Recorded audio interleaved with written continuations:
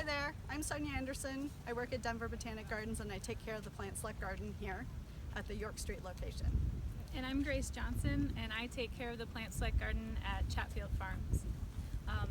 We've had some warm spring days. Things are starting to melt off and thaw out, and we were going to do some monthly video snippets for you to talk about our Plant Select Gardens throughout the season. So we're going to look at what's happening in our gardens and tell you a little bit about it, and maybe it'll be kind of similar to what's happening in your garden, and maybe we can learn some things from each other. So it's the beginning of March here now. We've had some really nice warm sunny days, weather in the 60s, so the snow's melting. We still have some patches obviously of snow left, but a lot of it is melted.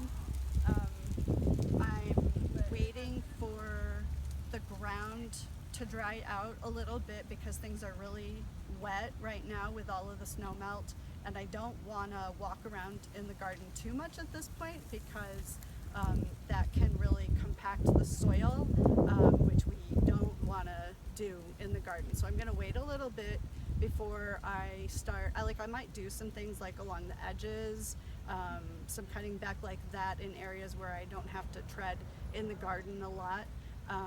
And then as things start to dry out, then I'll get in there more seriously, cutting back the grasses that have flattened from the snowfalls, and start getting things cleaned up for spring.